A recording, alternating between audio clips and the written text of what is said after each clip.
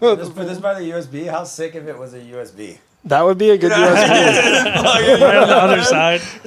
That would be a good USB. Someone's got to come out with a vape USB. Dude, That would hit. that's a fucking hit. Yeah, that's a great idea. That's genius. I saw a vape that was called Fiend, Feen, and I thought that was so poetic. Fiend. Fiend. Fiend. Yeah, yeah, I'm yeah. fiending for it. Fiending for the vape. I love it. Fucking A. Sick. Well, I'm happy to be here. Dude, thank you for coming on the show, man. It's so Yeah. good to have you here. It's been a long time coming, bro. It has been. We've been wanting to have you for a while, but we wanted to get our production right. You know, we have good friends that we want to Fiend. do it correct, right? You know, Yeah. come correct. So Yeah. it's good to have you here. Setup is sick. Thank you, I bro. love it. Guess we'll just officially start off. Let's do it. Welcome to the final mix. Nice. Episode 306 with our guest, Quinn Blalock. Did I say that correct? Blalock. Blaylock. Quinn Blalock. I knew I was going to fuck that up. Why is invisible? Blalock. I like it. And is that's your DJ name as well, right? Like Yeah. you just go by your government name? I do, yeah. How's that? You're very Love it. transparent. Was that a hard decision where you're like, I should come up with like. No, I went through like 3 or 4 different names, and I just eventually was like, I feel like I'm just me at this point. Like I just want to Yeah. be authentic, make what I want to make, play what I want to make. So I'm just gonna go by I am my Quinn. name. Like it's not like a character. Or Yeah. anything. Yeah. It's just like who I am. That's cool. Yeah, That's I a respect vibe. it. I ended I up respect there. it. I don't know. Every time I go out and mingle with the boys and network with the DJ community, I always wonder like, are we using our superhero names or are we Yeah, yeah, using our right. like, regular names? So that's a vibe. There's so many people that I only know by their DJ name. Yes, and they make it a point. They don't even want their real name out there. You know, that's Yeah. their stage name. That's their vibe. I feel like the opposite. I feel like I know people just by their government names. And so I'm Yeah. like, we're cool, right? I can Yeah, I can call you Tyler. That's fine. Yeah. Fine. Well, so you've been a busy man recently. It sounds like. Yeah, how's everything going with the label? You were talking a little bit about that before, but Good, yeah. I don't know much about your label. So. Tell us. Yeah. So the name of the label is Stress Free, and the whole energy around Stress Free is that it's just about community. It's about safety. So like creating a safe environment for everyone to jam, and then it's about like not taking everything too seriously. Like, just make good music. Be there, show up for the community, create some spaces, and have fun doing it. So it's just Amen. a bunch of friends, and we've got a really awesome roster of artists and some amazing releases that we're super excited about coming up. We just released that EP in October, Cosmic Dream, which went really great. We had that release party. I think you might have been there. Yeah, But, that was the Valentine's Day one, right? That was the one. Or it was like 2 days before or something. No, it was like a disco, like a space disco party. Oh, okay. So, but it was in October, like later in October. Okay. But yeah, the label's going great. I mean, it's a I do blast. recall that one actually. That was a little while ago. Now you're. I think you went release to. party. I think I did. No, I went. You did? Yeah, I went. yeah. You went to that. I wasn't quite on theme for that one. I came correct for the other one more recently. But Yeah. there were some people with some crazy, very out of space, out of this I world wasn't outfits. on theme for that one. I didn't even have a bit. I'm like, this is a cool idea, but I don't know how to find a disco space outfit. Yeah. We had the fucking alien glasses and shit. It was fun. That works. Absolutely. How long have you had the label for? About a year now, but we didn't start releasing music until maybe about 8 months ago. 8 months ago. Cool. Nice. Yeah. And it's with myself and Brian Kessler. We've got Breezy, we've got Rindle, Vinny's on the label. We've got some records from Makobo coming out. I just talked to Kai about a couple of his demos. They're really good. He's making some great music. That's right now. awesome. Yeah. Ton of people on the record label. Retro Club. Just a bunch of, again, like friends. We Yeah, make music that's the best way to together, do we that, play shows too. together, and That's dope. figure we might as well release it together. How is it being an artist, but then also running kind of a record label? Yeah, it's busy. There's kind of a lot to juggle, but I think where we're getting to is, I talked to you earlier about just automating some of the admin stuff to kind of take that off our back, so we can just be more consistent with focusing on the music versus the music and the promotions and like getting the team together. And it's just a lot of admin stuff, from album artwork to, again, promotions to promos and demos, PR, things like that. Distribution's pretty easy for the most part, but it's just a lot of steps. So they start to add up, like Yeah. like releasing your own music it's just, you know, one song a month or one song every other month, whatever you're doing.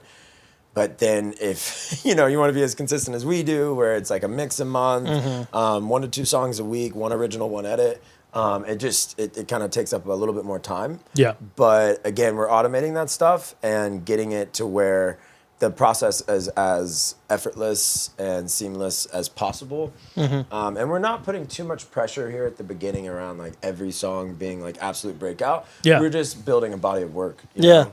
I think that like one of the bigger things when it comes to a label that people don't think about is just the money that it takes behind it. So the like, money and the time. Man. Yeah, like an industry standard is like $2,000 to $4,000 like per release. So if you're releasing 2 tracks a month, you know, that's like who has It's a lot money. of advertising for your budget. Yeah. Right. So we're building it up like grassroots. We're not like focusing on all the craziest content, all the craziest PR, craziest marketing and stuff like that. We're really just again making music, making sure it gets out to the world, and then, you know, hoping it grows organically. You bring up a good point. So a lot of people, I mean, including ourselves, you know, we've released music and right now we're kind of in a lull, but in general, the price of admission hasn't necessarily gone higher, but people are investing more into their craft and they're investing more into their individual releases. And like some people might not have, you know, $1,000 to $4,000 to drop on a single track, let alone an EP or an album or whatever. So what would you recommend is like either top 1 or top 3, like things that the average artist can do to like improve their, you know, their cohesion, their brand, their advertising, marketing, stuff like that. Yeah, like, and that's the whole like vibe behind Stress Free too. Is like, you know, we're not putting $1,000, $4,000 in releases yet, but it's just like, fuck it, like, you know what I mean? Just Stress Free. It's just music. Like, make the music, put it out there.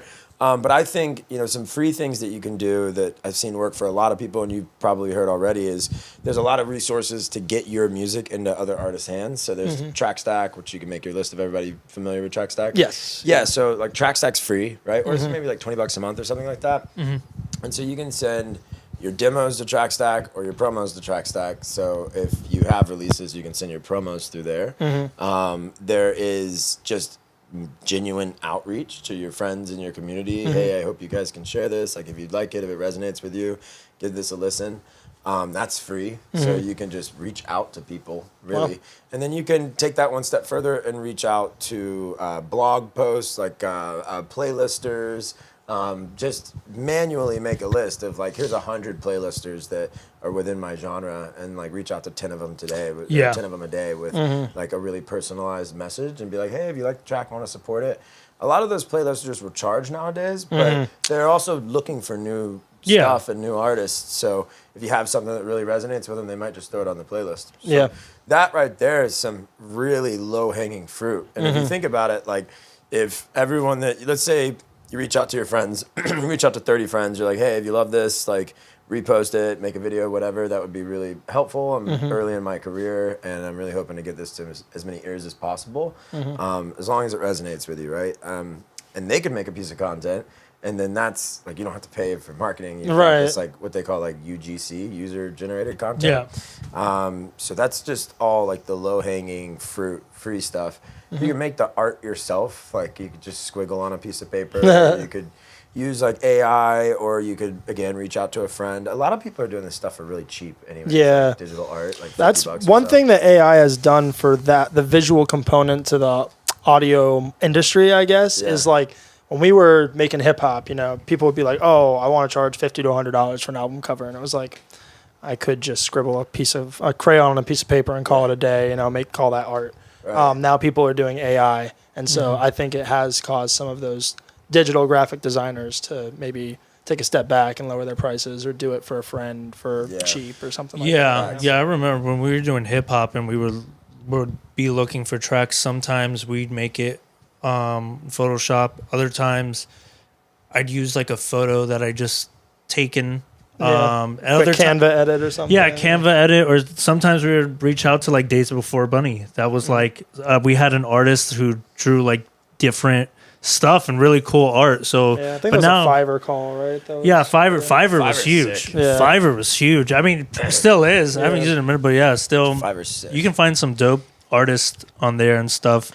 You guys were in hip hop? Yeah, that was kind of, I mean, I wouldn't say my background. That was definitely his background. But when we met in high school, that was what we bonded over, I guess. And like what we ended up making tracks about and, spending hours in the studio and him coming up to Gainesville when I went there, college and stuff like that. Yeah, so we had a pretty extensive. You were writing beats, rapping, both? Yeah. All of it. Yeah, we were doing like full 360 production. Sometimes I'd find beats, obviously like writing all my own shit. Yeah, we were really into hip hop and still want to integrate hip hop some way into like what we're doing now. And we have done it with some tracks. But we kind of got out of it just because it just got to something that I was like too gimmicky. It got too gimmicky for me. Yeah, like the whole scene, or the whole scene, the whole like the music, industry the of culture, hip-hop, and also it's really hard, especially like to find clubs that play hip hop or you can perform hip hop. So many places like don't want hip hop. I feel you. So it's especially like new artists and shit. Yeah, it was rough. I mean, we were throwing our own. We're shows. talking back in like pre-COVID, but Yeah. then COVID happened and it really put a nail in the coffin. Yeah. That's when we switched it up and we started doing after COVID. I think we started doing more house. Yep. Sick. Yeah, we were strictly open format and hip hop for a long time. Like that's how I made money. That was all the clubs and all the frats and everybody. That's what they wanted to listen to was open format mixing. And then something happened over COVID, and all of a sudden everybody started doing house. Everyone started doing dubstep, and now it's all about the dance music, baby. Yeah. Pre-COVID, I worked in the studio, and I was in Los Angeles, and there I worked in the studio with these guys called the Futuristics, and we were making a lot of like rap, but more so pop. And when I'll never forget because I moved out there to learn audio engineering, so I went to school there at a place called Musicians Institute off of Hollywood. And then I got this internship and then eventually ended up working with these guys at the studio. And they were like joking because they're like, where'd you come from musically before this? And I was like, house music, like EDM, like I was a DJ. Yeah. And they were like, oh, you like came here because you wanted to make money. Ha ha ha ha ha. And I think about that all the time. I'm like, y'all niggas didn't know it all. You know what I mean? Yeah. You had no fucking clue. Like, bro. Like the scene, I mean, this is how music works. I saw this interview with, was it Will.i.am? But it was the dude from Black Eyed Peas. And so he was like breaking it down. I'm like, that's so fucking true. And I heard this interview like a while ago. So I've seen it happen through like time. But he's like, music has a small shift that you should definitely pay attention to every 3 years. And then it has a major shift that happens every 7 years. Like almost unrecognizable. Yeah, I think I've heard that interview too. That's a great one. And you can see it with the charts, right? You've got like pop, and then you've got country that surpasses pop, and then you've got rap, hip hop that surpasses country. Yeah. And then what you were saying earlier about the cheesiness, the way it gets to, you get this kind of, and I think this happens with a lot of art, you get this kind of cycle where, oh, we're like underground, like we're into the real shit, like punk or something like that, right? And then before you know it, you have Blink-182, right? And it's like, it's not, that's popular culture now, you know what I'm saying? Yeah. Even hardcore rock, like I remember listening to like A Day to Remember or something, or like Under Oath. Those bands became huge. Like, they became like pop or commercialized, whatever you want to call it. Yeah. And like now that's exactly where we're at, right? It's sold out, bro. The minute you got your Summit and your John Summit and your James Hype, it's like, oh, this is fucking pop music now. Yeah. Right? That's how Black Eyed Peas became. Like Black Eyed Peas, they're one of my favorite bands of all time, or groups, I should say. But it's funny because when they started, they were just B-boys. Like it was just Will.i.am, Apple, and Taboo. And they were just breakdancers. And then Will.i.am actually is like a master beat maker. Like would do MPC battles. He's a master like MPC battle. Their first 2 albums were straight fire, underground like hip hop. Really great shit. And then they had a girl who would do vocals for them.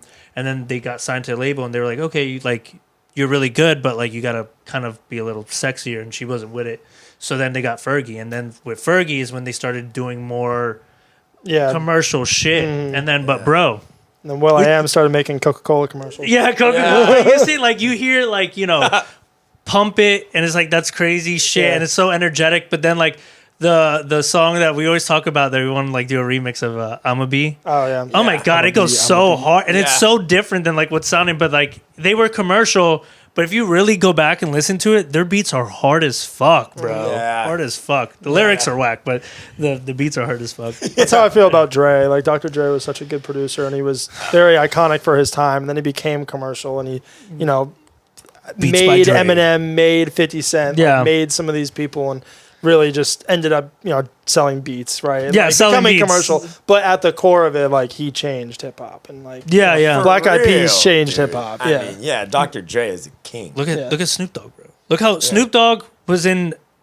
Like they were murder tried for trial. murder trial, and now he's like doing songs with when he did a song with like Psy, the guy who did Gangnam Yeah. Style. It's like on the Olympics with He's on Martha the Stewart, Olympics. bro. Right. he Cooking killed, show. like possibly Show with killed somebody. Martha So, Stewart. so crazy, Yeah, so it's crazy. hilarious. How That far we have motherfucker- fallen. How far? That motherfucker has crazy.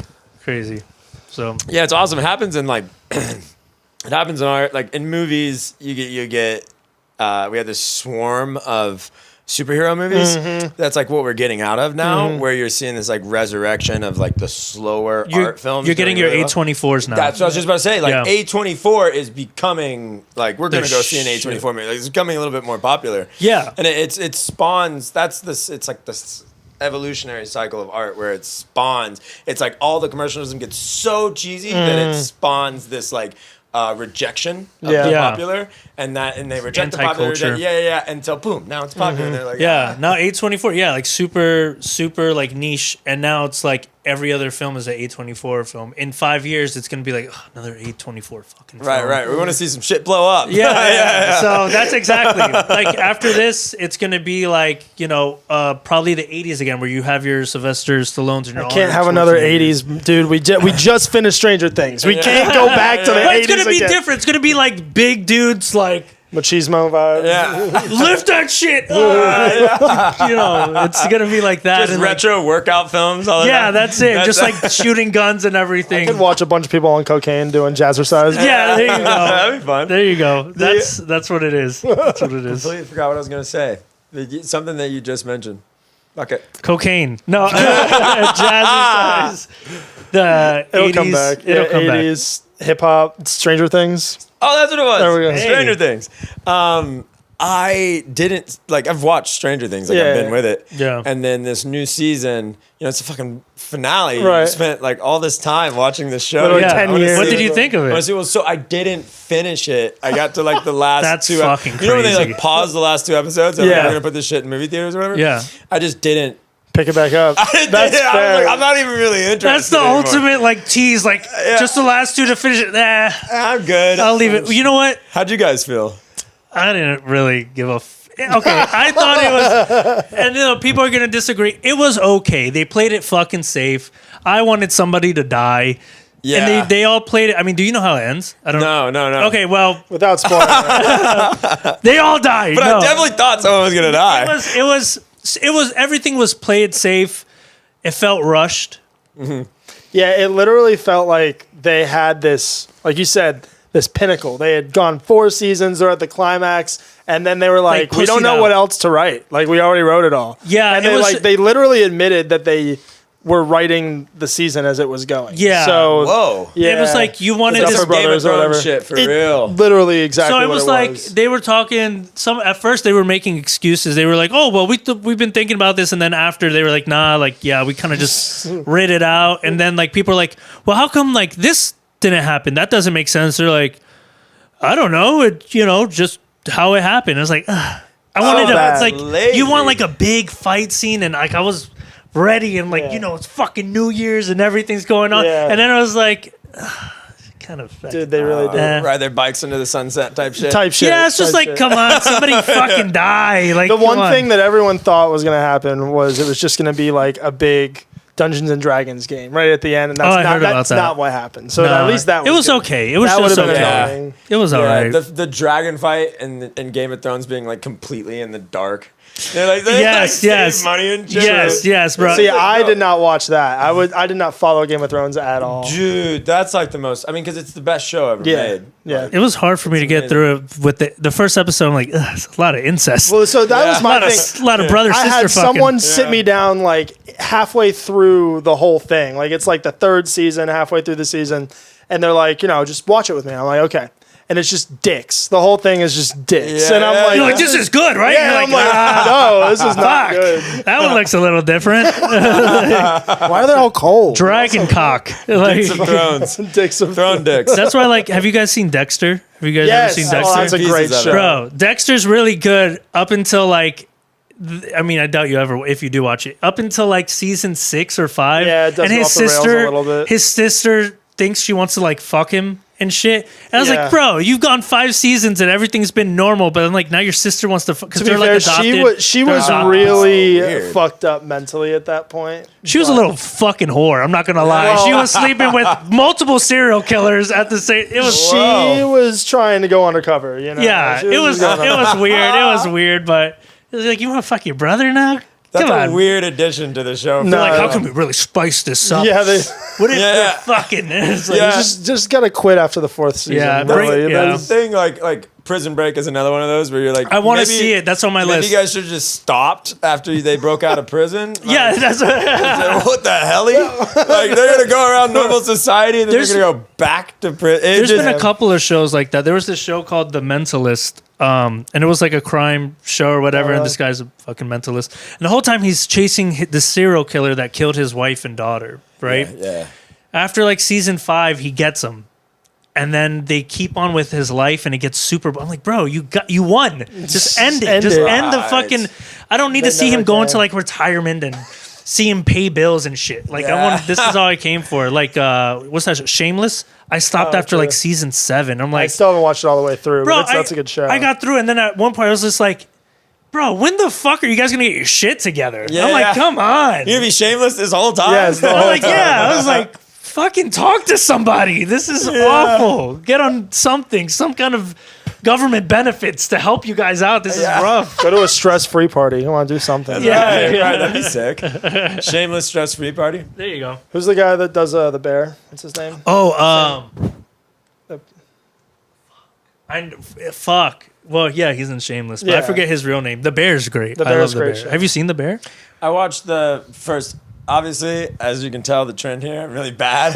Yeah, you're like, this looks really good. Yeah. Never watch it again. Yeah, it's tough sometimes to get around to shows. I'm into. I really like anime.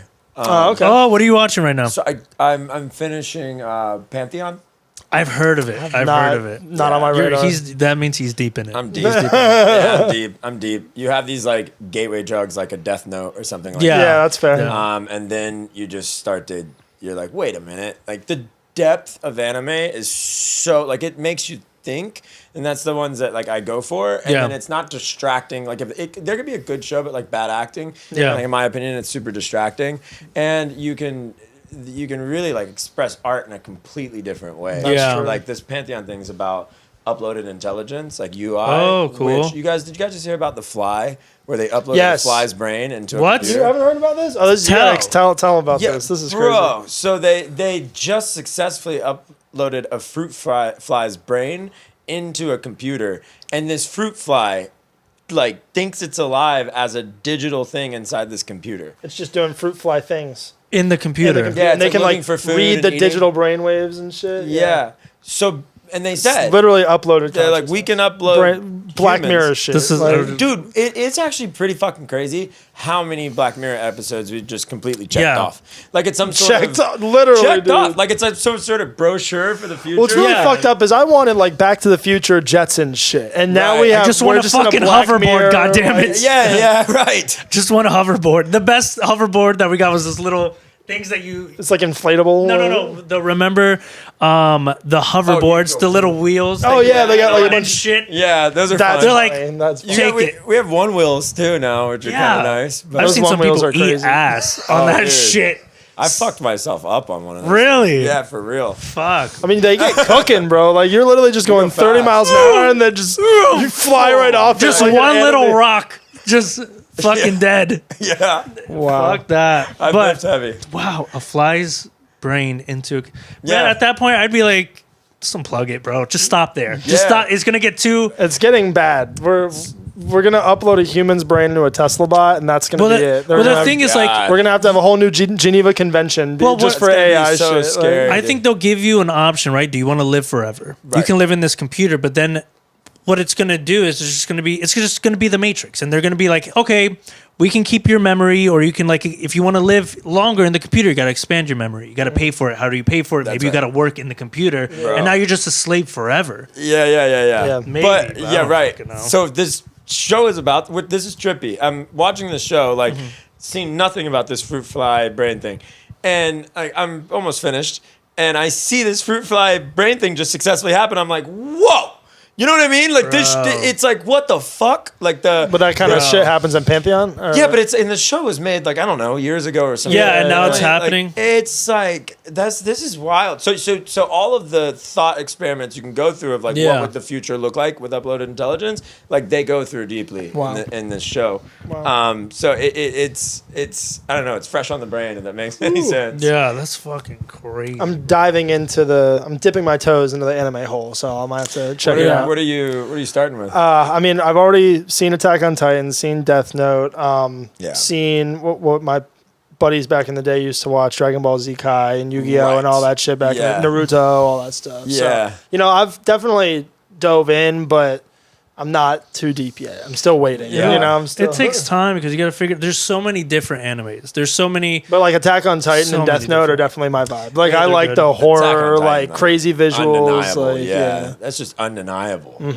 I Those think are they're both staples. undeniable. It's Yeah. like, They're it's- staples. They're staples. Yeah. Well, and it's like if you can get past, because some people don't like it because they're like, I'm watching a cartoon. What the fuck's up with that? But if you get past that, Yeah. you're like, it's the writing is like, Yeah. It's bonkers. so good. So It's so good. I mean, the good. character development in Attack on Titan is like Sopranos. Well, they have level, some like, crazy switches too, plot twists. and Yeah. everything, Yeah. like- The way that they like, you can go so long in Attack on Titan and not know how the fuck any of this works. Yeah. And then once you find out, you're like, what the fuck? straight up. They throw him over a cliff and they inject it, Yeah, straight up. It's and then crazy. Making the good guy, the bad guy, like that's hard to do. Oh, those switches. But Yeah, it's yeah. a lot of, like you said, anime is like existential, like really thought provoking stuff. right. Like I started with Death Note and then Tokyo Ghoul. Tokyo Ghoul Yeah, is it's really fire. good. Like the voice acting is sick. Attack on Titan, what's like really, I like shorter animes. I don't like 1,000 fucking episodes. Same. So like shit like that. But then my girl just got me onto Neon Genesis, bro. I finished that. So I finished the episodes. I haven't seen the movies. Oh, but you're done with the whole I'm done with season. the episodes. The Yeah, last yeah. episode, I'm like, what the fuck does this Bro. mean? What the fuck does any of the... None of this correlates with these things. And it's... Because what it is, Neon Genesis is like 90% of the time, it's like, cool, these motherfuckers. There was like a war or apocalypse, and then all these robots are like fighting angels, which are just like kind of big monsters. It's like, okay, cool, it's robots versus monsters and Yeah, yeah, shit. yeah. And then you're like, there's this kid Shinji who's like fighting in these it's like a kind of a Power Rangers kind of thing. Mm-hmm. And then the last episode is like a fucking self-reflection DMT trip. We're all connected into one brain, and you're like, Yeah. "The fuck happened with the robots? Yeah. Take me back to the robots." Yeah. And it was like, by the way, all these people you've been fighting with are just like fake people, or maybe the real people, or what's real to you, or what's real to them is all. Damn. And I'm like, bro, Yeah. what the fuck? So I know I have to watch the movies, and it's gonna like explain it better. But Yeah. still, bro, that shit So is. the one movie is just a retelling. So what happened with that is they didn't have enough money to finish the last episode, the last couple episodes. They Yeah. didn't have enough money. I didn't realize this, but apparently in anime, when you see these crazy fight scenes and all these graphics and stuff, apparently it's like very expensive. Yeah. I don't know. But so they didn't have enough money to do all the crazy like fight scene shit that they were doing. So he got creative in his storytelling and he told the same like philosophical outcome, but he just almost switched straight up to art film. You know, what I mean? Yeah. Like, figure it out type deal, like open for interpretation. Yeah. But the movie that they make, I forget which one, but it is that it's just the show, but with money. On those Okay. last couple episodes, Bet. so you see the fight scenes that would have been there. et cetera, et That's cetera. because it was like, it's like, I don't even know, bro. It goes from like, okay, cool, I'm getting the storyline, and then it's like, it goes from here to here, just like fucking God consciousness. And you're That's like, right. how did I get from Power Rangers to DMT? How That's did that happen? insane. Yeah, that's my favorite part about the It's whole. crazy. Like, fucking crazy. that's there's a joke where like in anime you start out like getting beat up by your high school bully and you end up fighting God. Yes, that's bro. So true. It's like they That's- slowly level you up to this thing where you reflect on, and that's what that's why I like it. I mean, it's like I get a lot of inspiration. I used to put on anime in the background. I don't have a TV in front of my monitor anymore in the studio, but in my studio that I had before this in St. Pete, I would put on just anime like muted. You know what I mean? Just in the That's background. cool. And you get this it's just dope ass art. I do that. Nature and then like space sets or something. That's like cool. Live sets. So you can like see people dancing, like listening to Yeah. the track, and you're like, oh, I Be kinda cool see this there. to see like play some fucking crazy music and have like a Demon Slayer fight in the background or some shit. Yeah, That'd right. be cool. I wanted to do. You can rent out movie theaters at AMC, Yeah. and they're not that much. It's like I don't know, $250 or something. Really? Yeah, it's not Wow. much. It's like I think a way for them to get more people into the movie theaters. Yeah. Whatever. Maybe it's 500 maximum, but it's not a lot. And so I was like, how cool would it be if we could just put on a movie and maybe like And DJ at the DJ front, bro. yeah. in the front, and everyone's just Fantastic. watching some classics, like but Partying in the during a aisles and set. shit. Yeah, but no, I went to a set a long time ago. It was Desert Hearts in Orlando, but this was maybe like 9 years ago. I mean, it was a very long time ago. And they were just playing Fear and Loathing in Las Oh, Vegas. fuck on yeah. all the TVs, and it's like such a trippy addition. Have you seen that movie? No. Fear and Loathing? No, I have not. One of Johnny Depp's best. I mean, I've films. definitely heard the name, but I'm So not seen good. it. So you would like it. You would like it a lot. Yeah. Super trippy. That one's trippy as Yeah. fuck. I was walking in the casino and everything was moving. Like that fucking movie is so good. It's so good. So fucking So, good. question: since you guys are both big anime guys, is Invincible an anime? Yeah. Yeah. It's I would think it so, is. right? I mean, because what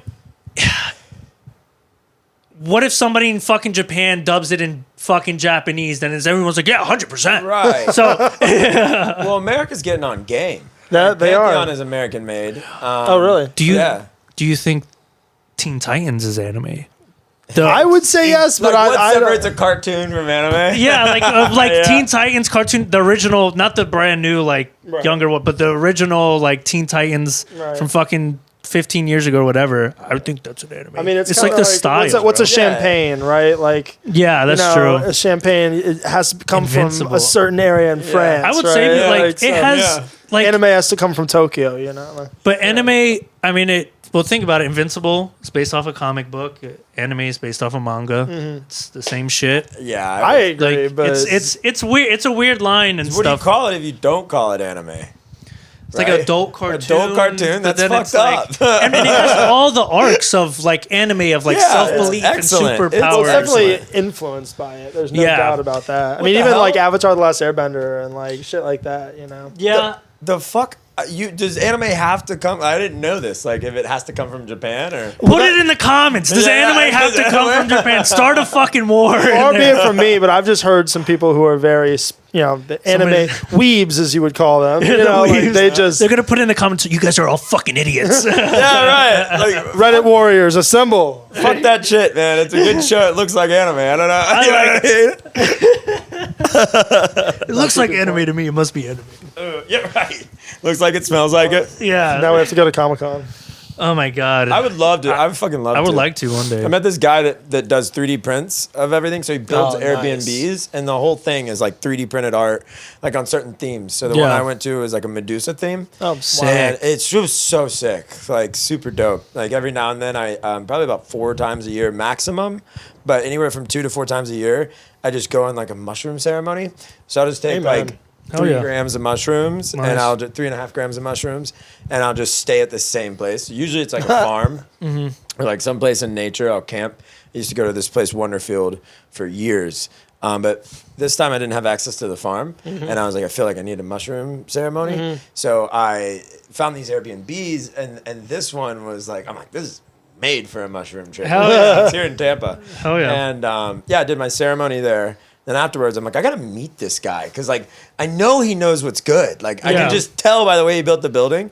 And so I hit him up on the Airbnb app, and he was super cool. He's like, come through, and I just came through his house. It's like maybe 8 minutes from Sound Lab. And I went to his place, and he showed me all of his art, and he has these like insane, like, bro, like this big, like wow. and then probably this thick, like sword, like anime sword What? type thing. He has One of those like that you gotta friggin' straight up. swing it You all have around. to- you have Use to your scream foot to to use. kick it up and prop it up. Straight and up. shit. He's Yeah. got the craziest things I've ever seen. Like Wow. guns, like that work, but like look like a old school laser cannon from the Jetsons or some shit. What the fuck? Yeah, he's really, really cool guy. That guy's fun for show and tell. Yeah. That's the fucking guy. Straight up. I ended up talking to him. He's gonna do some work with the lab. Oh, cool. Nice. Install some art in Hell there. yeah. And then he has a place. He has a little studio where he has just a bunch of like 3D art. And I'm like, dog, I'd love to go through and pick all your pieces and build a party around it.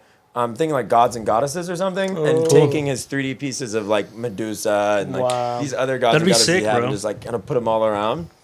But yeah, he's fucking little badass dude. But yeah, he goes to those what's it called, Comic Cons? You were saying he goes to Comic Cons and just full get up, like Shits on everybody else's outfit. straight bro. up, dude. That's fucking sick. Speaking of shows, like, how did you get into the St. Pete scene? Where are you from? Like Yeah. St. Pete or Tampa, or how did this all start? Yeah. I might as well just rip it. Like I'm Rip gonna it. go from start from the very beginning. When I was born. just with music in general and how my journey really evolved. But yeah, I started when I was 11 years old playing guitar. Guitar was like the first Nice. thing. My dad worked at a music shop. And so he was obsessed with instruments and stuff. So he brought home just the craziest. Like we had like 7 guitars, like some limited edition wow. stuff. Right now, I still have his '89 Les Paul Standard, which Nice. is just I'm never. It's like my most prized possession. Yeah. But Oh, yeah, yeah. drum sets, guitars, basses, like literally everything, harmonicas. And so, you know, because at the time he was my stepdad's like kind of this new dad, I'm like impressed by all these instruments and shit. Yeah. And I'm like, it's like you're okay. You're cool. yeah, You're cool, I guess. yeah. Well, I'm like, I'm gonna learn this shit because you're into it. You know what I mean? It's Yeah. like your dad likes golf, you want to golf, whatever. Yeah. So, so yeah, I started playing instruments, and then I joined like a little band at the age of like 14, and then I ended up joining the church band from like 15 to 18. So I was writing music for the church, and I played drums and guitar for both. So like drums a little bit, and then guitar, and then drums a little bit, and then guitar. Yeah.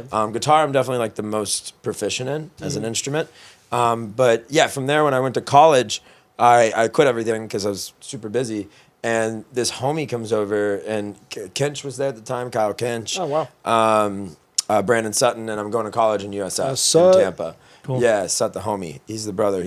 We're born on the same exact day. Really? And we were like Sick. working That's fire. the same job, and we were like both DJs at the time. So That's it so was like sick. crazy. This is crazy, dude. And we ended up moving in together. And then so Dimitri comes over. Like how I met Kinch. This is a little side story. I wake up and there's just like someone DJing, and that set goes on for like 8 hours. Holy in, shit. in like the kitchen of my place. And I'm just like, yo, this set's fire. And it was like, that was how I met Kinch. You're just DJing in your kitchen. Yeah, we were young. I mean, Kinch in the kitchen. I wasn't. Maybe I was 20 years old, roughly, and 21.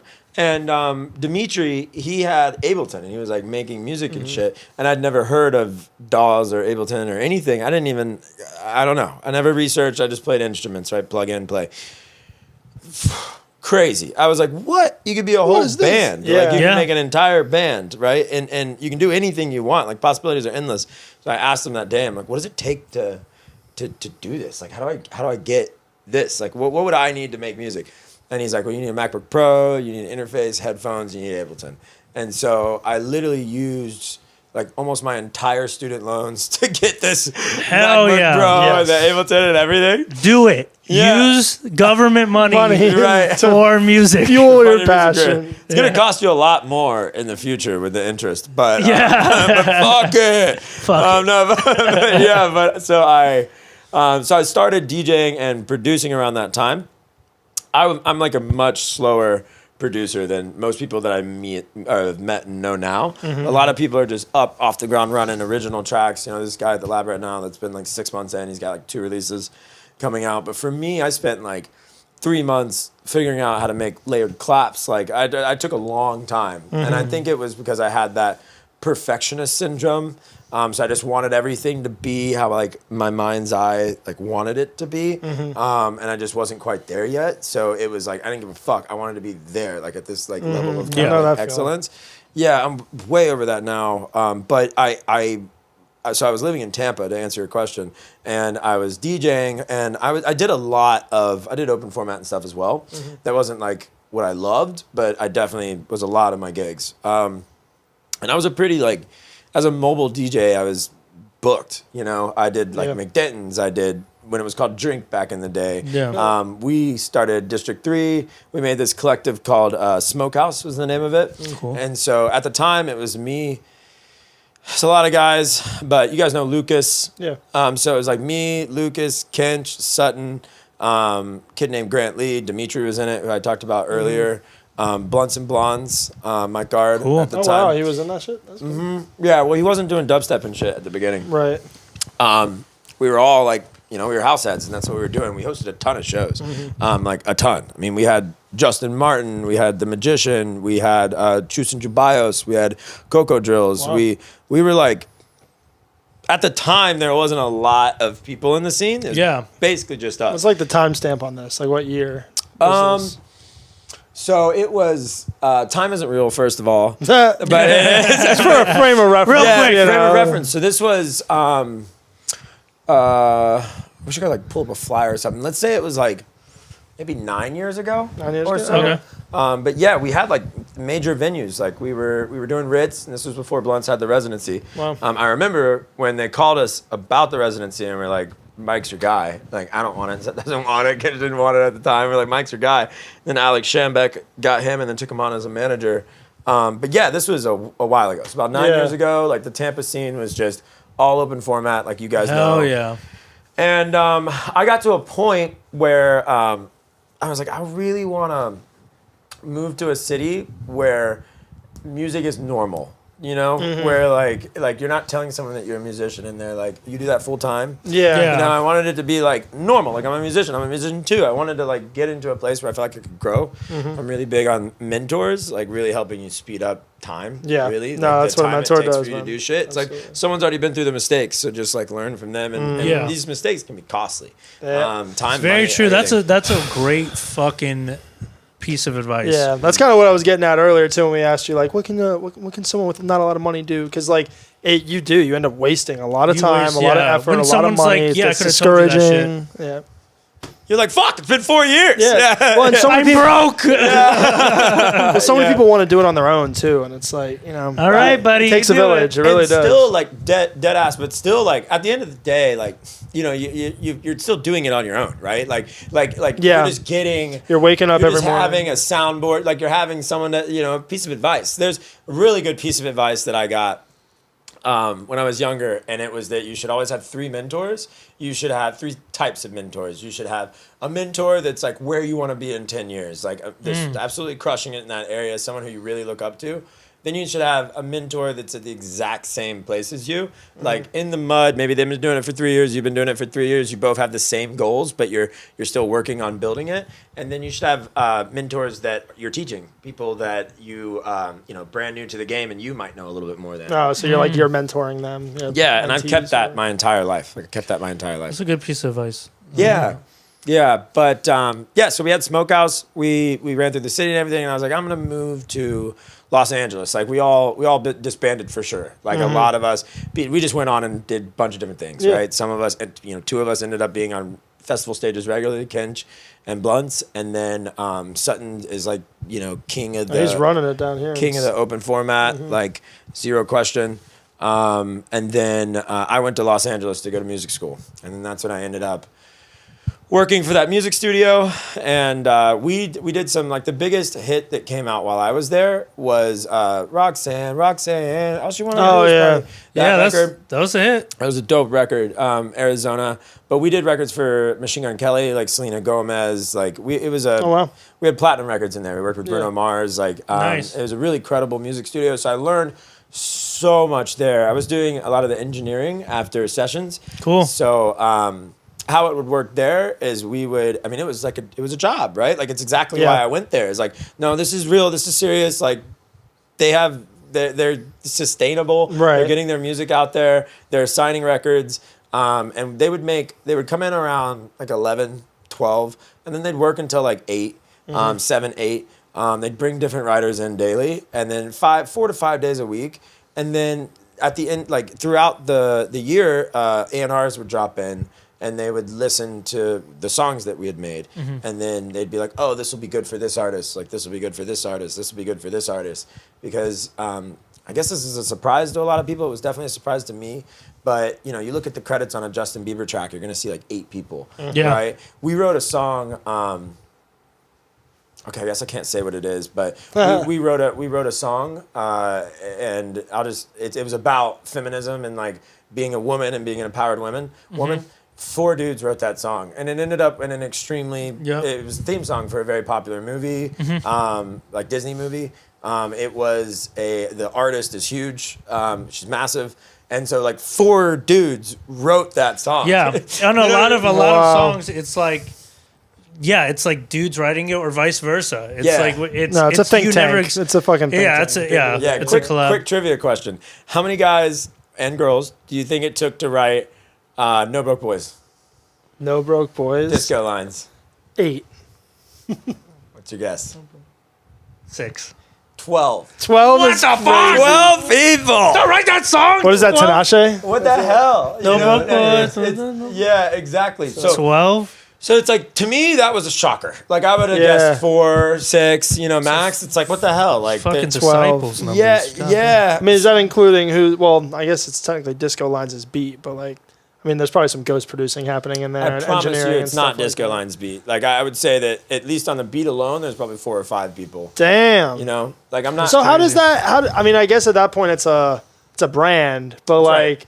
That's crazy that they end up just putting their name on it. And I mean, people get paid, Well, but that's how like it works. yeah. Like, that's the whole thing. Is like that's But, what I but it's learned. different when it's EDM. Like I expect that for pop music, I know. but for dance music, there's this whole like everyone's Avicii, like everyone's fucking playing 300 shows a year and making all these beats Like, and making all these tracks and collaborating with these new independent artists that you've never heard of before and yada yada. yada. For Like, hip hop, you expect one writer. For EDM music, you expect one producer. right? Yeah. But that's not how it is. That's not how it is. No. Oh, well, I learned when we were in hip hop and I started learning like how much effort goes into a fucking Migos or Cardi B song. I was like, this is ridiculous. I mean, obviously you look at fucking, well, Michael Jackson is not a good example, but like there's plenty of Madonnas and Lady Gagas and stuff throughout the past. That, like, just that, like you said, there's entire teams behind them. Yeah, and you get this whole, because like not everyone in the music industry, especially in places like Los Angeles, are the artists. Right. Do you know what I mean? Yes. Like they're not the face. Yeah. But they're the best writers I've ever met in my entire life. Like they're low key. You're never gonna hear of them. Yep. Like, Bro. but they're so fucking emotional. You know what I mean? They're so like, no, don't put me on camera and shit. But they write amazing stuff. Yeah, bro. There's some people Well, that they know that they don't want to deal with the bullshit. Yeah, and then the labels are very, very like, you have to look good. You have to like be a certain age. because you you're have the to, like, brand. like Mike Yeah, Posner. yeah. Mike Posner had his like 2 songs or whatever, but he's written so many little things that you're like, what the fuck? Yeah. Boyfriend for Justin Bieber? Like, what the fuck? And, Yeah. like, Dude, little Black shit Bear was the same way. Black Yeah, Bear was yeah, a huge I met songwriter. Black Bear in LA. That's fire. Yeah. That's the sick. the Diplo's another one. That, Diplo's, like, bro, all you're over like, the whoa! shit. I had a lot more respect for him after I found out how many I made. Like Paper Planes is dirty. Bro. Like Sia Chandelier or whatever. I'm Yeah. like, what, dude? Like he's got range. Was you know? there anyone that you met that you were starstruck and you were just Yeah. kind of like, Yeah, my hero. I met my fucking hero. Like it Who's was that? like a dream come true. Mark Hoppus from Blink-182. Wow. So I have a tattoo on my back of this octopus, and that came from Mark Hoppus. Me and one of my best friends, he has a tattoo as well of the octopus. And Blink-182 is one of my favorite bands growing up. And Mark Hoppus was just one of my favorite personalities and like writers, and I just loved him. And I knew that he lived in Los Angeles. And when I was moving there, I was like, how cool would it be to run into Mark Hoppus? Just to Manifested run this into shit. him, right? Yeah. And fucking one day, and it was like everyone on the same day, like some hitters, but they wanted. There's a guy named Goody Grace. That's his artist name. I feel like I've heard that. Yeah, he's more like I'm not like he's like pop, but he has like a punk rock kind of feel to him. Okay. And so Goody Grace was think up and coming artist. So like the label wants Goody Grace to be a very successful artist, like they believe in him, right? So like let's bring in some hitters like into the studio. So they brought in this guy named Sean, who was just a really good writer. And then they brought in, that's Machine Gun Kelly came in that day, and then Mark Hoppus. And so I knew that Mark Hoppus was coming in because my mentor was like, his name's Alex. He was like, yo, should Mark come in? And to the other homie, and he's like, Hoppus? And he's like, yeah. And he's like, yeah, sure. Like they were just nonchalant about it. And I was like, you just telling me Mark Hoppus is coming in tomorrow? Like freaked out. And like I was very like, because I'm chill, like I don't really care, you know what I mean? But he's like legit a big reason I'm in music. Like I'm a huge fan. Like, but I actually have it's not with me right now, but I have this, picture of me and him. It's like prized possession on a Polaroid. Like we would take a picture of everyone in the studio on a Polaroid. Yeah. But I was chill. You know, I didn't like fangirl him because it's kind of a rule of the studio. Like you don't fangirl in the studio. Which makes people feel awkward, but yeah, I got the chance to talk to him. It was just me, him, and then the assistant for like 15 minutes, and I just talked to him about like Australia and like just normal shit. Just a cool dude. But the whole time inside, I was like shitting my pants. Yeah, super cool, and he got there early, like so 15 minutes early. He was just very professional. Like he was great in the writing room. Like he was very like his pieces of advice were awesome. He really contributed to the song, and then he left about an hour early to. Because he had dinner with his like wife, so it was like he's just very like professional and about his that's shit. Awesome. You know what I mean? That's awesome. Which was really cool. But yeah, cool fucking guy. Machine Gun Kelly was actually really, really, really cool too. Like I hear that big like, kid, really people cool. People who have talked to him in person like know him. Was there anyone that you met? You don't have to say names. That was just like a fucking douche, or like would never really fuck with them. You don't have to say names. You don't have to say names. I don't give a fuck. You know what I mean? Selena Gomez is a bitch. Like wow, she has lupus, bro. Well, just some people are super entitled. Like, do you know what I mean? Yeah. Like, Yeah. And the whole in LA, I can only fucking imagine. And the whole, and the whole thing is like we just talked about it. It's like if it take 12 people to write a record for you, like fuck you. Like you should be very thankful, right? Like what the hell? So what happened? What made what the hell? What made the wizard girl a bitch? So I wasn't on artists of that level. Like my mentors are taking care of the recording and everything, and I'm just like a fly on the wall. Yeah. Sometimes I don't even go into the room, right? But their words, not mine. She was just extremely demanding and extremely like. So when you're recording sessions and you're getting comps, a lot of times it's like. So again, they didn't write the song, so they have like the lyrics that they need to sing, and you're kind of recording these verses over and over again. The takes. Sometimes they'll inject their own stuff, but she was just very. Sometimes artists can be really quick, like do this and do it now, and this isn't right, and what the fuck's going on here? Oh my god, and that was just like her. Fuck energy, that shit. You know, versus artists just being like really chill and like really cool and really understanding, really respectful, because it really doesn't matter like if you're the assistant or you're a platinum record producer, like all people should be treated the same. Yeah. Like it doesn't matter. Like come on. Like you're not what you do. Like we're all souls.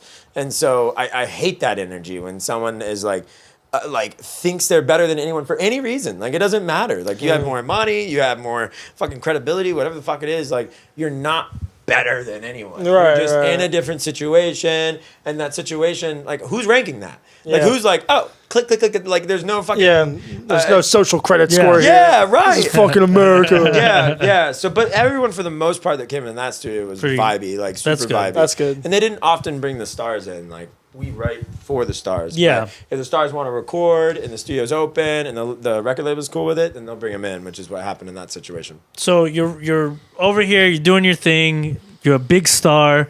At what point did you move back, or did you stop that? Did you like, I don't want to do this anymore, I want to continue to do this, but this happened? Yeah, that's a great question, and that's how we get to the full loop of asking me how I got into the St. Pete scene. So COVID happened.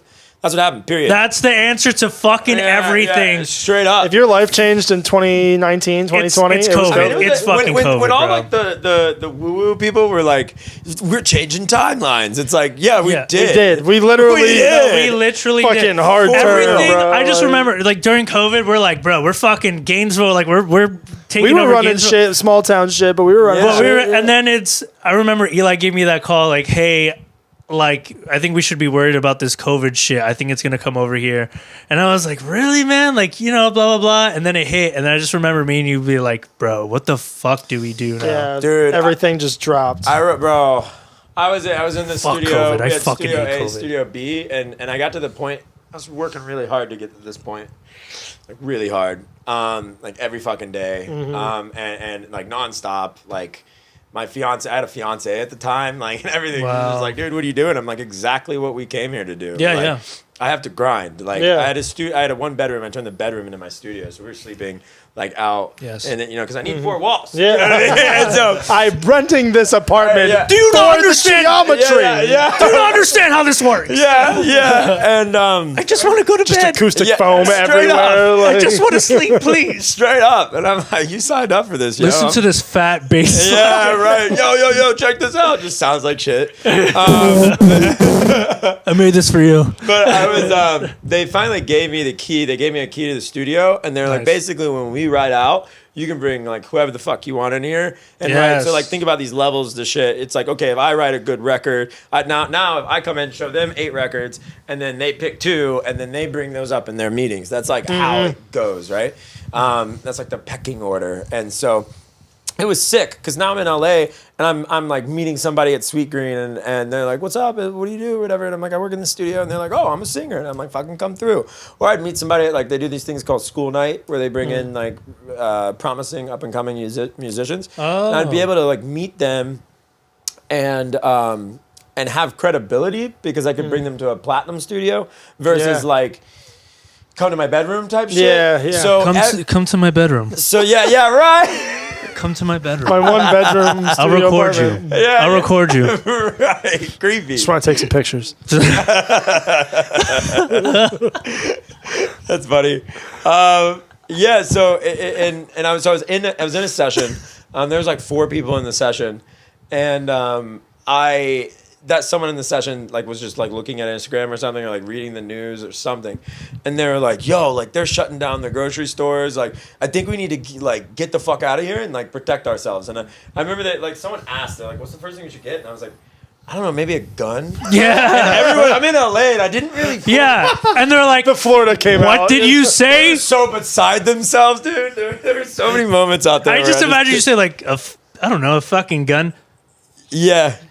Looking at you like Call you have 911. COVID. Yeah. Call 911 right now. I'm unsafe. It's like the most sensical thing, you know what I Yeah. mean? I'm like, if you're going into the apocalypse for legit, I need a gun. No, the riots will be nice. They'll be nice riots. Yeah. but yeah, we all left that day. And then the studio was shut down. And then, yeah, bro. And it was like such a like life. I mean, I just made lo-fi for 6 months because I was so depressed. You know, I like. Yeah, I did that too. Yeah. Like, fuck it. I'll make lo-fi. It makes Low-key. you feel happy. Helped a lot of people study. Yeah, I never put any of it out. Like, still to this day, some of my favorite songs are written during that time because Wow. they're very emotional. And they're very like. I actually talked to Brian about this. He's my partner in Stress Free. I was like, we're gonna release something called The Leftovers, and it's just like he has old funk jams. Hell we have yeah. funk jams together. I have some lo-fi stuff. He has some bass music, and I'm like, obviously it's not with our genre, but we're just gonna drop it'd be them all. fun. Yeah, like the way to here's go. some music because it sucks. It's just like on your hard drive, and some of this stuff like I love. Bangs. Yeah, no, you Yeah. should That's show what we those did. We people. had a lot of like saved hip hop songs, and we called it the archives. And we just Same Sick. vibe, same thing. Yeah, like when Drake did his care package thing, Yeah. drops his mixtapes. Yeah. But yeah, so then I had a bunch of homies, like some of my best friends in the world, in Vegas. And at the time I was running retreats as well. So we'd go on these like 6-day retreats. The next one coming up was in Costa Rica. So what happened was my studio gets shut down. I have to refund all the money for the retreat. Like I'm done. Yeah, you know what I mean? toast, Like yeah. I'm done, and I'm like, okay, we're doing what everyone else was doing. Like maybe this will pass. Maybe the lockdown's gonna be quick. They'll figure it out. And then Newsom, he's the governor of California. Piece of shit, honestly. But he is like just like look at his. I was fucking like, oh, here we track go. We're getting political. yeah, I mean, he just is like. So he was doing the most fucked up things during that time, right? Like, he was. like you saw when he's like, everything. Imagine everything shut down. Imagine like you can't. There's lines into the grocery store. Obviously, mask everywhere. That's light work. But I went for a hike and got bitched at from the ASAP Rocky's mixing engineer. I was going through a process with him to be one of his engineers, his assistant engineers, and there was 100 people that went in this process. I was down to the last 2. I was hiking during COVID, and he hit me up, and he's like, "You're a piece of shit. Like, you're the reason why we're still in lockdown." Because you went hiking. Yeah, I took a picture hiking, and it was just. I was like, "What, dude?" You guys never set foot outside a city, bro. No people, right? Yeah. I'm like, You're gonna get all the fucking birds sick, bro. right. Fuck. Well, what the fuck? Like, but I get it, right? When That's you look- crazy to come from ASAP Rocky's management of all people. Well, it wasn't his Like, man. It was his engineer. one of his mixing engineer. engineers, Oh, okay. and the thing, and he's very, That shit made no sense. yeah, and he was, he wasn't like what you. He was just really professional. Yeah.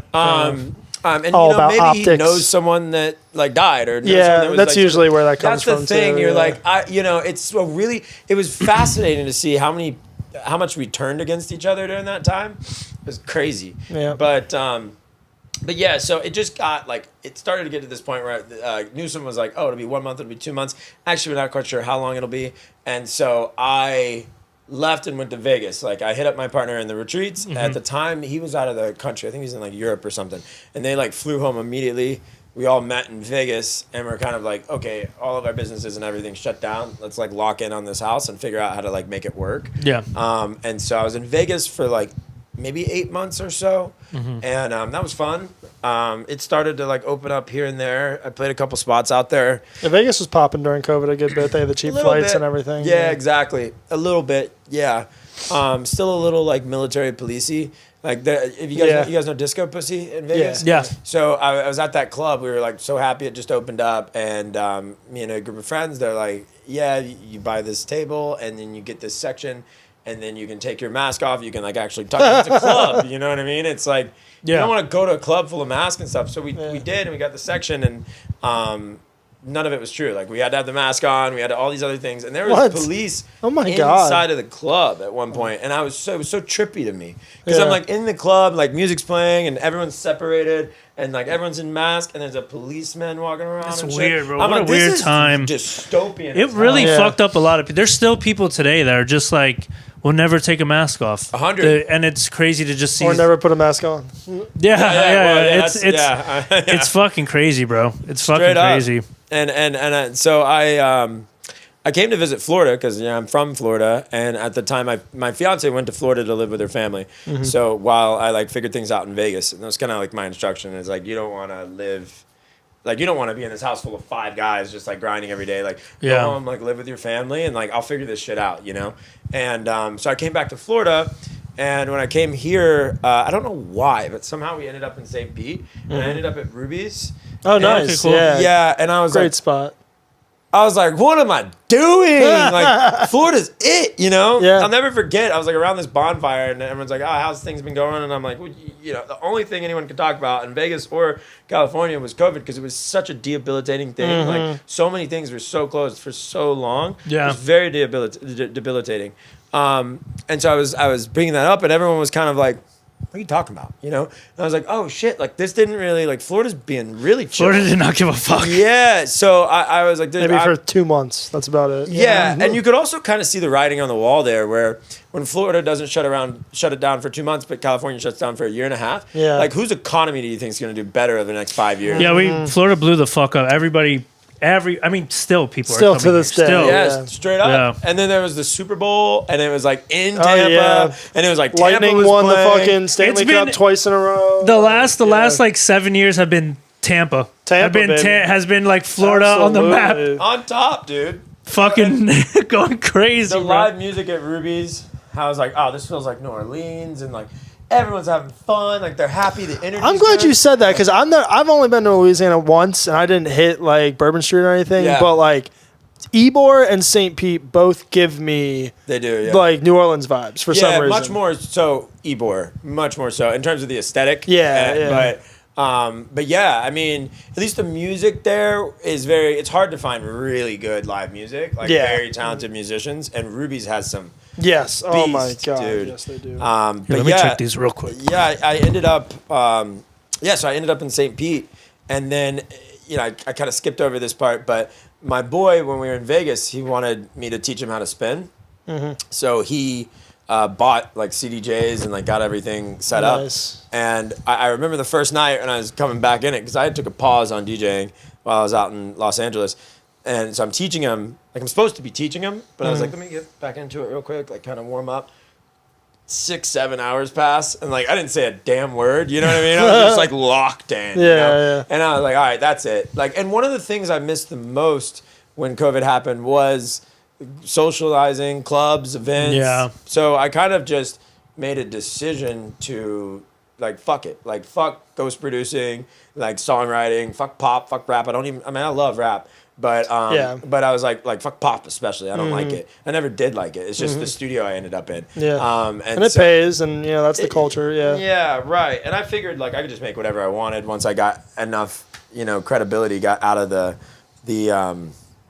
I don't know, writing for other Rat people race phase. and shit, Yeah, exactly. So I was just like, fuck this. I've always liked house. Like I've always like I've been in this scene for a very long time, and throwing events and stuff with Smokehouse. And I'm like, let me just like go back at it. Like move to Florida and bring what I've learned from Los Angeles back to the city and be a part, instead of my initial choice, which was to leave the city to go to a city that was more like primed and ready and it was professional and things were operating at a higher level, to try to do my part in this city to get it up to par. Yeah. So I saw the opportunity in the city of being, a Miami 2.0 and over the course of 10 years, like what could this scene look like and what could I be a part of creating in this scene?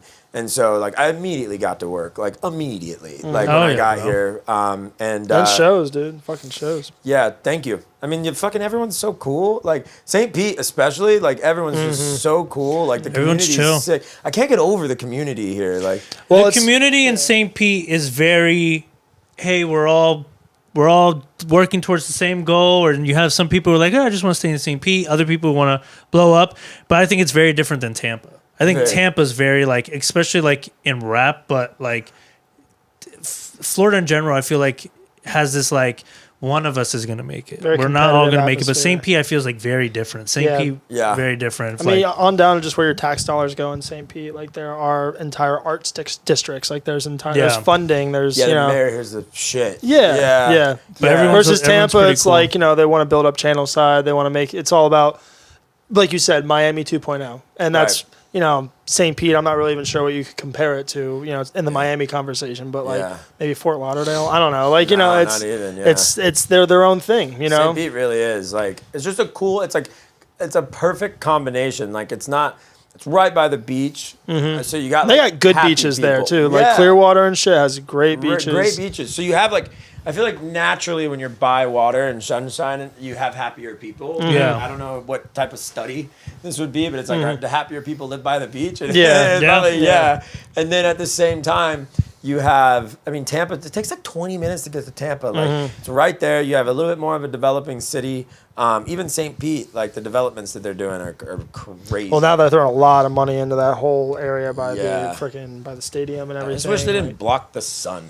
You remember you used to walk on Central and like the sun was smacking you? Now the whole thing's shaded off. They have a sundial that doesn't even fucking work anymore, To see a sunset, man. Sometimes it's hard. You got to go to the beach, really. Like we've talked about, I don't know if you've ever been up by like Weeki Wachee, Spring Hill area. That's where we came from. I still think best sunsets, bro. When I was out in I was just out in Puerto Rico. And I love the sunsets there, but the weirdest thing is like Spring Hill has the fucking sunsets. I don't know what it is. I don't know if it's, fucking all the years of racism gone now from there, and God is just shining a little light. He made it through southern light. So, but Weeki Wachee, the whole Gulf Coast really does have great. That old Florida shit. That old Florida shit. That's why like going St. Pete away. has a little old Florida shit sprinkled in there. It does, old Florida town for sure. But so you came back. You're doing your shit now. What is your goal? Like, in the next coming weeks or months, or like what shows are you putting on? What's going on? Yeah, so the show coming up, I want to say fuck it, and just say it, but I don't even know if it's like confirmed. I don't know. Oh, true. So we'll just say like as a concept, we're looking to do an Easter egg hunt. So Cool. we did these park parties. I did a bunch of them when I first got here, just pop-ups. So I would just like pop up anywhere I play. We want to do this big old Easter egg hunt, like around Easter time. Just throw a party, have fun, and put a bunch of fun things in the Easter eggs, like vinyls and T-shirts and things like nice. that. Big eggs. Yeah, no, but like little paper. Like, you got a T-shirt. Okay. I was thinking like, big eggs would be sick. I don't know. You know? God damn! Well, I'm thinking of vinyl, like how the fuck you fit that in an egg? Yeah, right. But the show, outside of shows, like the major focus for me right now, and also for the record label, is music. Right, is getting original music out there, continuing to like build our audience, continue to grow the fan base, continue to get more listeners. That's a heavy focus for us, and so consistency that comes with. That's the only thing we're focused on is consistency.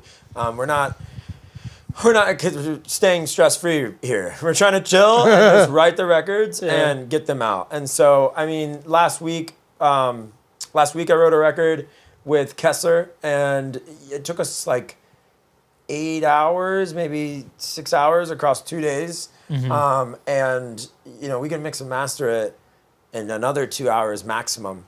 So we're writing songs that can be done in 1 to 2 sessions that are ready for like professional release. Nice. So that was the goal for a long, long time for me. It's like why I did that whole 30 songs in 30 day thing is I wanted to get rid of that perfectionism mechanism. Mm-hmm. Like the song has to be perfect and where I want it. Yeah. Instead, I wanted to just practice like moving through an idea and just like accepting that that's what you made at the time. Yeah. So with the 30 songs in 30 days, it was like after that, I was just like, I don't give a fuck. I don't even remember the names of the songs I made. It's just like, blah, blah, blah, blah. This is how I felt at the time, Yeah. And so something I learned from my mentors at the Futuristics and what I was telling you about earlier in LA, they would write, in their mind, like 100 to 120 songs a year.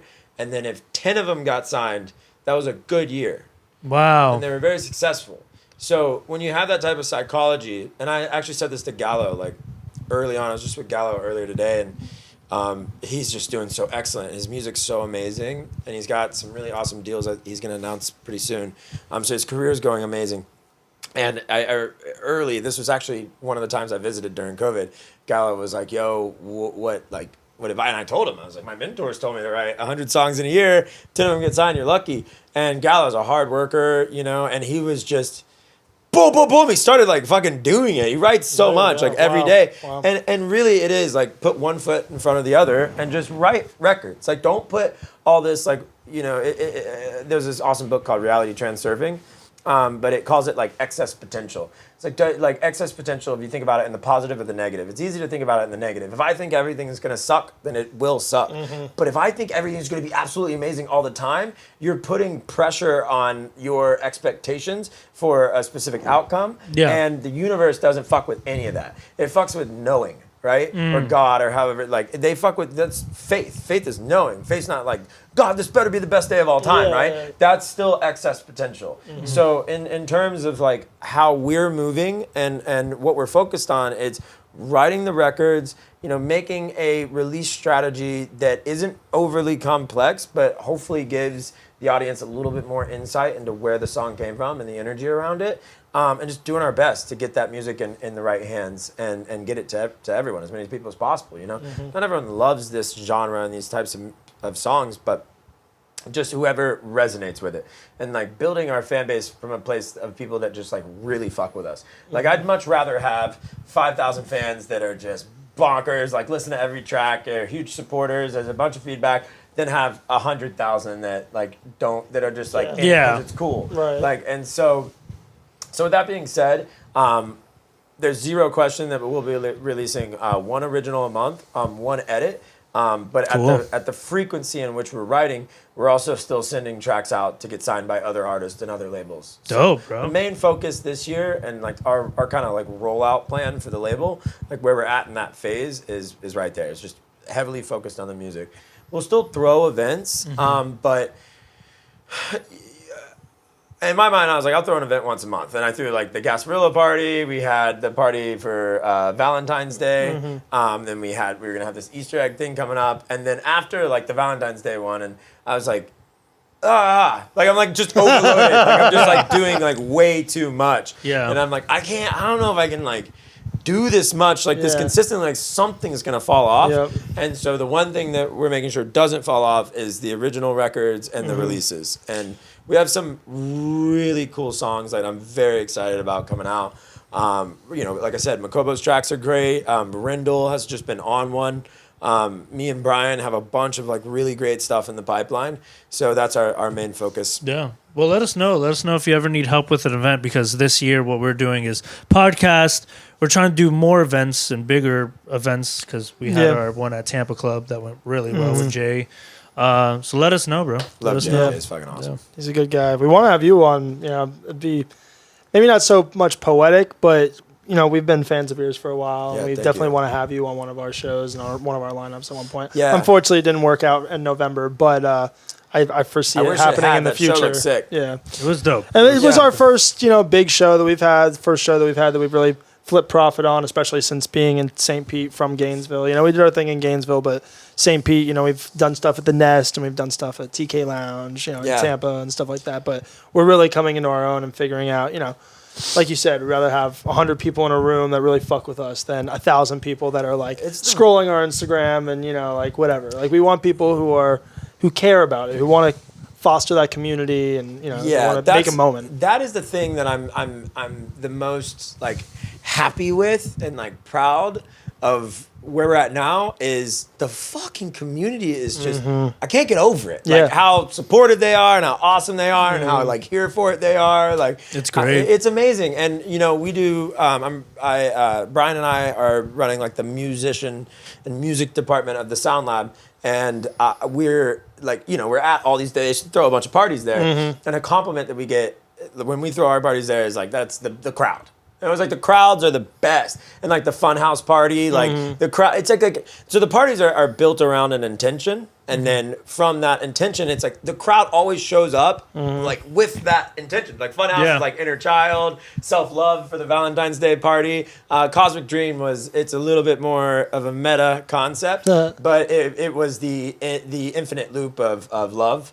You like fall into love, you fall out of love, you fall back into love. It's this kind of infinite loop thing. Yeah. But yeah, the intentions of the party have really shown through, and the community has really shown up. And I'm just so thankful for the people. I'm like obsessed with them. They're amazing. And so it's when we think about for our brand, which just seems like a dirty word, but for our brand, best friends. Like friends, like we it's perfect. Not that serious. Like we're friends, we're having fun, we're hanging out. Hopefully there's some breakthroughs from the night if you need that. Hopefully there's some chilling and getting things off your shoulder if you need that. Some dancing, but we're really just here to like listen to good music and hang out.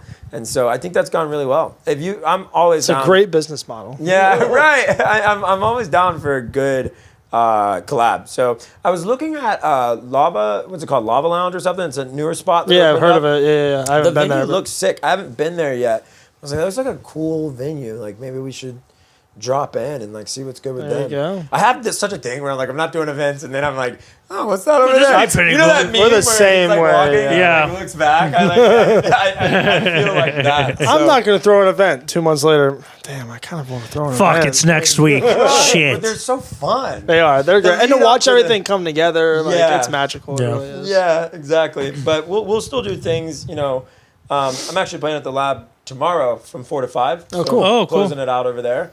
So I like to use that place as like a testing ground, It's kind of like when you're it's a great system to test on. So the voids. Yeah. I know it's amazing.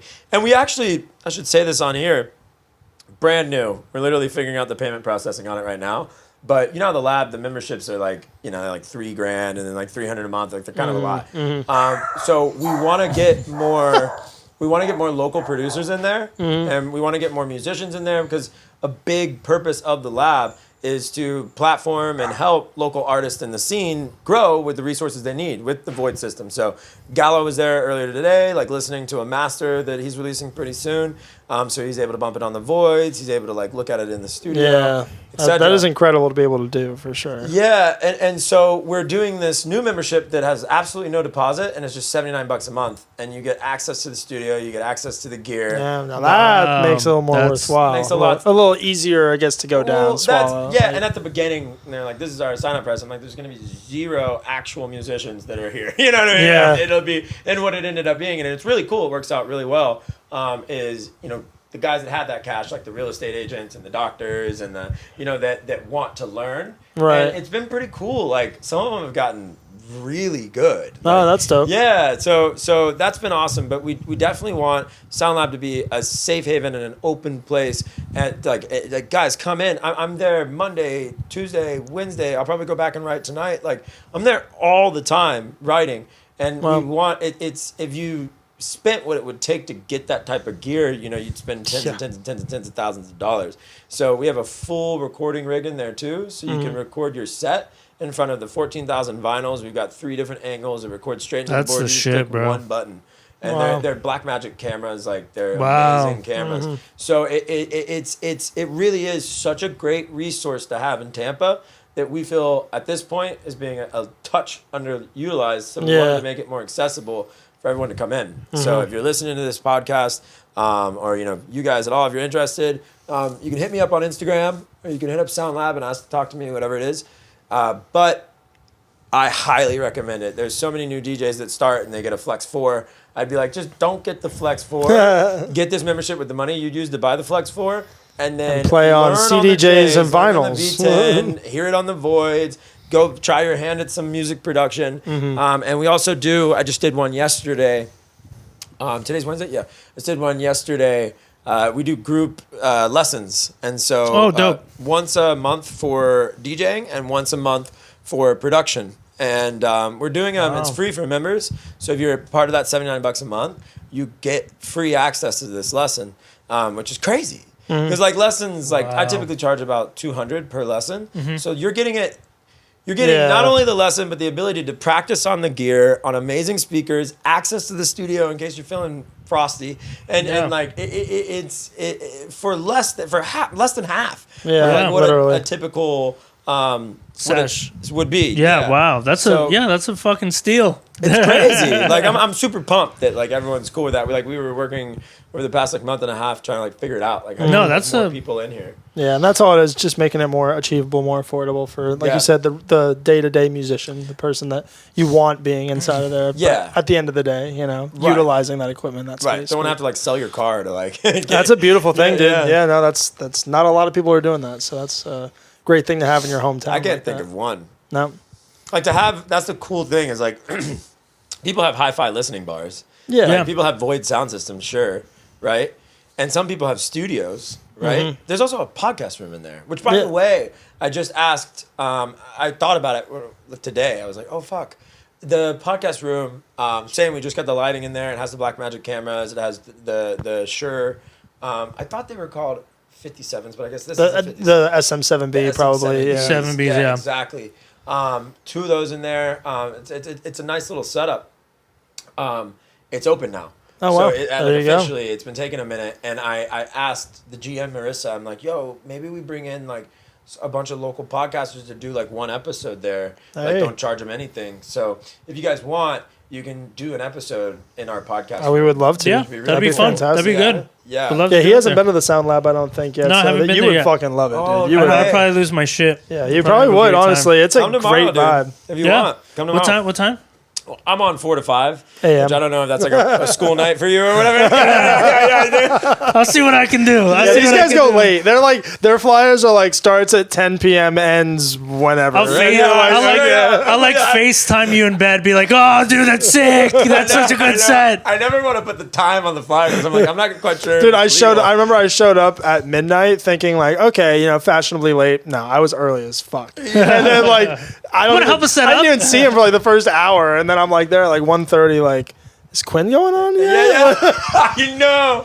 It's been brutal, That's man. crazy. Yeah. I love though. Like I love space. Yeah, I love- and that's you always know, the energy just When you're That's up one that- late, like there's some sort of Yeah. like energy that I feel like it's almost taboo at this point, but we haven't done space, and we need to just We go need and to have go. a Guys, space you need to night. go. Yeah. Need to go. I just saw Marco Corolla was playing this Saturday. Oh, so shit. you could kind of. Are you doing Miami Music Week? I might go down because I might be working it. If I'm not working it, then I might not. But I need Yeah. to hit it one way or another. I need to fucking go down to Miami Music Week. I was probably Space might be a lot for Music Week, but it's right. That was what I was gonna say. Is like you don't want to go on Music Week, but if we go the weekend before, that's a good idea. You know what I mean? And it's Marco Corolla doing music on.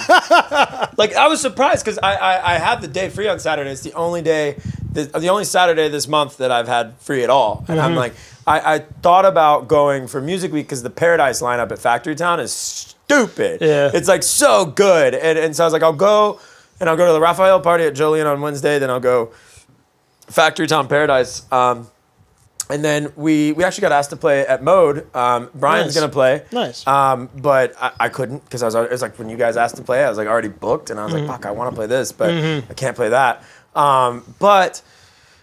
So he's playing Mode, but we were just gonna go down Wednesday, Thursday, and just hit those two parties and kind of get out there before the chaos ensues. But I'm like, maybe I just won't do any of that.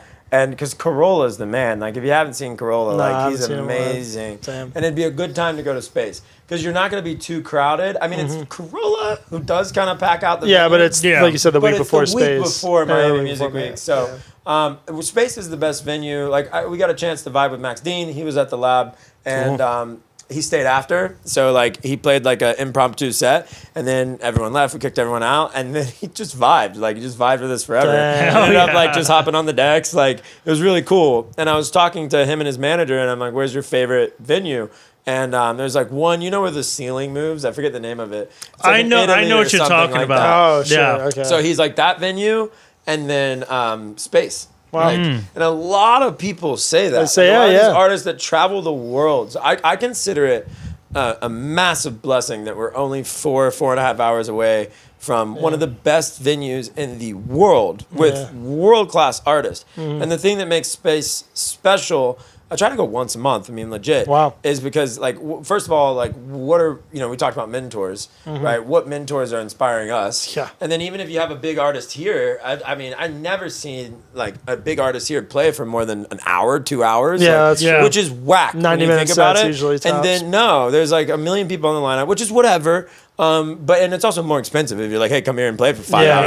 hours. So there's a couple things there. But if you think about like from the psychology of the DJ and the artist that's coming to play the Space, a lot of times they haven't been to Tampa. So they're like, let me see what's good with this crowd. And, again, we have great crowds or whatever, but we don't have Miami, Space, Terrace, sun's rising at 7 type crowd. Like way. we don't have crowds that are like really, really, really educated everyone in the room, right? And so they get two things. They get really long set times. They know they have the freedom to try new stuff.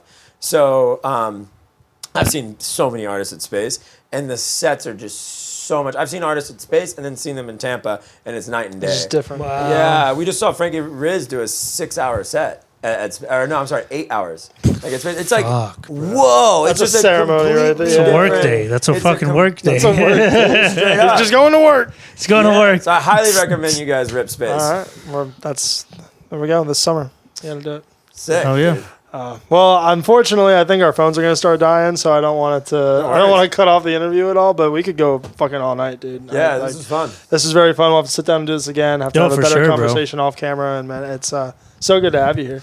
We Is there anything appreciate your else? time, bro. Thanks for coming out. I'm happy we finally did this. Yeah, bro. I know it's a little Yeah. late, but we got on the schedule and everything. No, so. yeah, I like the setup, and I like what you guys are doing. Like, Thanks, we man. were talking about, it's like all of these things right now may seem small, but like doing it over time. I mean, you guys are on your 3rd season, halfway through, and like this city, it's like when you think about doing it for the city and your platform Oh, as an yeah. artist, and how this is going to pay off over time, and bring attention to the city and to the scene and to the artists that really deserve it and are like really working hard. Like Yeah. we're all working really hard Oh, yeah. to continue to expand and grow something we love. So you guys are a massive part of that. Appreciate and I can it. tell that you're continuing to dive in. you know? Trying. I mean, like you said before, the consistency is the key, and we owe it to ourselves and to our fans and to our audience and the people that we don't know yet, to Yeah. keep going. So, Yeah, 100. Yeah, Oh, yeah. 100. Don't mind.